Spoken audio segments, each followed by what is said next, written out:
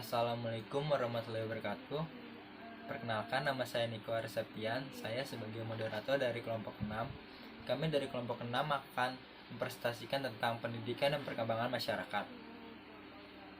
Oke, kita lanjut ke materi. Materi pertama akan dijelaskan oleh teman saya bernama Dita Aprila Andriani. Assalamualaikum warahmatullahi wabarakatuh. Perkenalkan, nama saya Dita Aprila Andriani dari kelompok 6. Di sini saya sebagai pemateri pertama. Untuk materi yang pertama yakni deskripsi dinamika masyarakat Indonesia. Peran pendidikan dalam masyarakat senantiasa telah mengalami pergeseran dalam sistem sosial, politik, dan ekonomi bangsa yang menjadi penentu dalam penetapan dan pengembangan peran pendidikan. Pendidikan di Indonesia sendiri dibagi menjadi dua, yakni pendidikan formal dan pendidikan non-formal. Dilihat dari perspektif pendidikan, dalam masyarakat terdapat 4 sumber masalah, yaitu 1. Rendahnya kesadaran multikultural. Yang kedua, penafsiran otonomi daerah yang masih lemah. Yang ketiga, kurangnya sikap kreatif dan produktif. Serta yang keempat, rendahnya kesadaran moral dan hukum. Contoh nyata dari kelemahan tersebut adalah perilaku massa yang menjurus ke arah tindakan anarkis, sifat kedaerahan, tidak mematuhi hukum, masih banyaknya korupsi di Indonesia, dan sebagainya. Dalam perkembangan global, pendidikan sangat berperan aktif dalam penerapan strategi kebudayaan untuk mewujudkan masyarakat yang cerdas menuju masyarakat Indonesia baru sesuai dinamika masyarakat masa depan. Masyarakat baru di sini harus memiliki karakteristik yang ditandai dengan menyatunya kepentingan masyarakat dengan kepentingan negaranya. Kemudian materi yang kedua yakni perkiraan perkembangan masyarakat masa depan. Masyarakat Indonesia baru atau yang lebih dikenal sebagai masyarakat madani adalah istilah yang digunakan untuk menggambarkan suatu masyarakat yang dicita-citakan bangsa Indonesia setelah era reformasi, yang menyangkut kehidupan publik, peran media massa, peran asosiasi-asosiasi profesional, serikat buruh, dan lain-lain, sehingga bersifat dinamis dan mengandung elemen kepentingan sosial warga negara dan masyarakatnya. Masyarakat masa depan adalah masyarakat yang sangat dipengaruhi oleh perkembangan ilmu pengetahuan dan teknologi. Sekian presentasi dari saya. Terima kasih. Wassalamualaikum warahmatullahi wabarakatuh. Dan lanjut kita ke materi kedua. Materi kedua akan dibawakan oleh teman saya bernama Septia Triningsih. Melanjutkan pemateri yang pertama tentang perkiraan perkembangan masyarakat masa depan, sedangkan menurut Sastra Prateja tahun 1999, masyarakat Indonesia baru itu merupakan suatu visi yang memuat secara implisit dan eksplisit. Ini mencakup pada dua. Yang pertama itu situasi kritik atas situasi visi ada, dan yang kedua suatu gambaran alternatif yang mengenai masyarakat tanpa aspek-aspek negatif. Oleh karena itu, visi masyarakat baru yang dicita-citakan itu biasanya muncul pada saat timbul situasi ketidakpuasan akan situasi yang ada, dan dirasakah perlukah perubahan, reformasi, atau revolusi.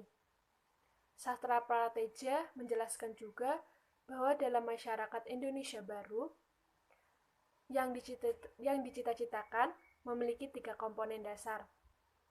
Yang pertama itu ada kebutuhan untuk terus menguasai lingkungannya, baik itu lingkungan fisik maupun lingkungan sosial.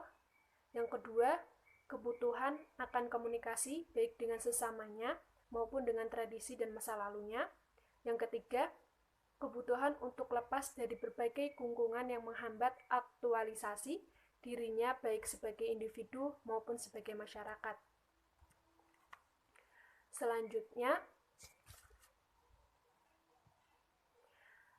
ciri khas bangsa Indonesia itu terdapat dalam nilai-nilai yang terkandung dalam pembukaan Undang-Undang Dasar 1945. Biasanya disebut dengan Pancasila. Yang sila ke-1 ketuhanan yang Maha Esa dan sila ketiga Persatuan Indonesia itu termasuk dalam nilai lokal yang perlu dipertahankan. Selanjutnya nilai-nilai yang terkandung dalam sila ketiga, 3 sila lainnya yaitu kemanusiaan, demokrasi, dan penegakan keadilan sosial termasuk nilai universal. Masyarakat Indonesia ini mempunyai ciri-ciri yang khas, yaitu akan dibangun suatu masyarakat madani Indonesia menuju masyarakat madani yang universal.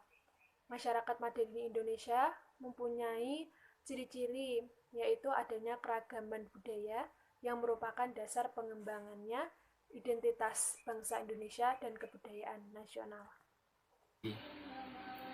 Dan pemateri ketiga akan dibawakan oleh Rika Sulistioningsi. Assalamualaikum warahmatullahi wabarakatuh. Perkenalkan, nama saya Rika Sulistioningsi. Saya akan melanjutkan materi. Langsung saja pada halaman 100 pada buku pengantar pendidikan. Di sini diterangkan bahwa Fran Masjid Susino menggarisbawahi bahwa para pemimpin birokrasi elit sekarang ini sudah tidak mampu berbuat baik yang terbaik untuk rakyat. Bahkan cenderung ketakutan terhadap rakyat sudah tidak ada lagi. Padahal mereka itu bekerja untuk rakyat, dan dengan kekuasaan mereka sekarang muncul kerasukan aji mumpung, yaitu ditandai dengan lahirnya korupsi di mana-mana. Bahkan terjadi penindak tegasan terhadap rakyat miskin oleh aparat penegak hukum yang cenderung tajam ke bawah dan tumpul ke atas. Itu merupakan contoh krisis moral dan etika para pemimpin. Maka dengan itu, dengan singkat, untuk jangka panjang kita mewujudkan suatu kehidupan politik yang demokratis dengan pemerintah yang bersih, bermoral, dan tanggung jawab. Kemudian, elemen pokok yang patut menjadi ciri masyarakat Indonesia yang dicita-citakan oleh Mujar pada tahun 1959 ada 6 elemen pokok. Yang pertama yaitu prinsip mengembangkan dan menegakkan kedaulatan rakyat. Di sini dimaksudkan yaitu kedudukan dan peranan lembaga-lembaga perwakilan baik tingkat pusat maupun daerah harus ditandai oleh kuatnya partisipasi masyarakat dalam proses pengambilan kebijakan, kuatnya peranan media massa, kuatnya peran partai-partai politik, terbukannya kesempatan luas bagi kegiatan-kegiatan sosial. Kemudian yang kedua yaitu prinsip mengembangkan dan menegakkan hukum dan keadilan. Di sini ditandai dengan mandirinya lembaga tinggi negara yudikatif, kuatnya moral penegak hukum seperti polisi, jaksa, hakim, dan pengacara, serta kuatnya kontrol sosial masyarakat. Kemudian yang ketiga yaitu prinsip pengembangan kemajuan ilmu pengetahuan dan teknologi. Hal ini sangat diperlukan karena untuk mengambil peluang-peluang dari proses globalisasi yang ada. Dimaksudkan untuk masyarakat untuk mencari kerja agar lebih mudah dan mengikuti perkembangan masyarakat dunia. Kemudian yang keempat yaitu prinsip pengembangan pluralisme masyarakat, seperti halnya semua warga negara berkedudukan sama di depan hukum dan berkesempatan sama terhadap pemerintah. Kemudian yang kelima yaitu prinsip mengembangkan masyarakat berwawasan lingkungan. Yang diperhatikan yaitu kelestarian lingkungan alam, baik fisik dan keharmonisan lingkungan sosial. Kedua dimensi ini harus dikelola dengan baik karena berkelanjutan dan saling berkegantungan. Kemudian keempat yaitu prinsip masyarakat yang berketuhanan yang Maha Esa. Masyarakat Indonesia harus tetap percaya kepada Tuhan yang Maha Esa, karena hanya dengan itu kehidupan manusia di dunia ini mempunyai arti, mempunyai etika dan moral yang luhur.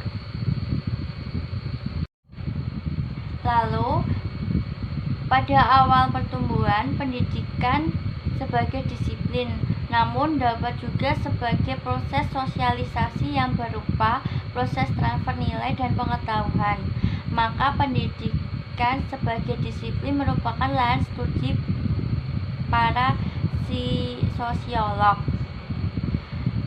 Pendidikan sebagai disiplin sama dengan pedagogi, yaitu disiplin ilmu yang mempelajari tentang cara mengarah atau mendidik anak.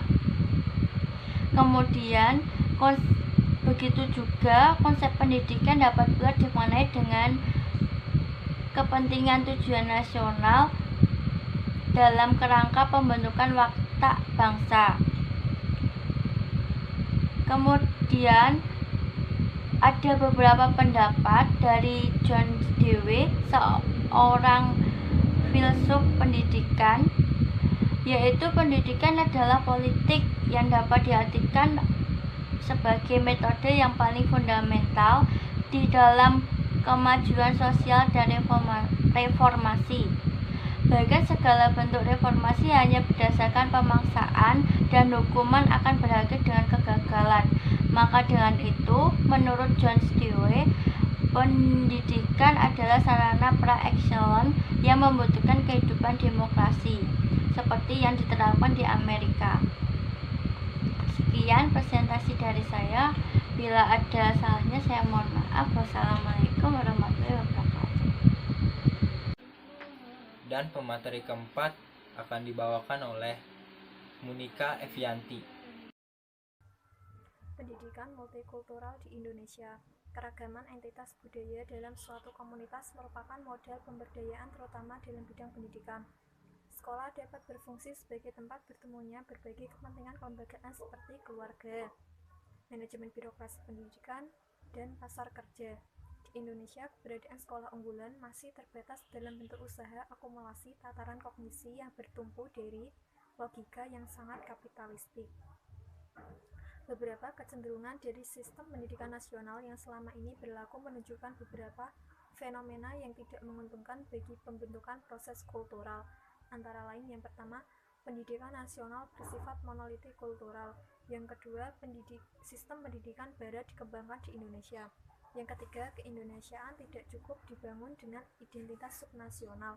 Yang keempat, persekolahan di Indonesia cenderung bersifat elitis.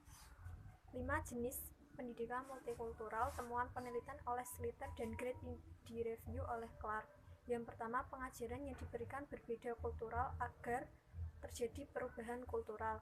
Yang kedua, memperhatikan pentingnya hubungan manusia dengan mengarahkan atau mendorong siswa memiliki perasaan positif.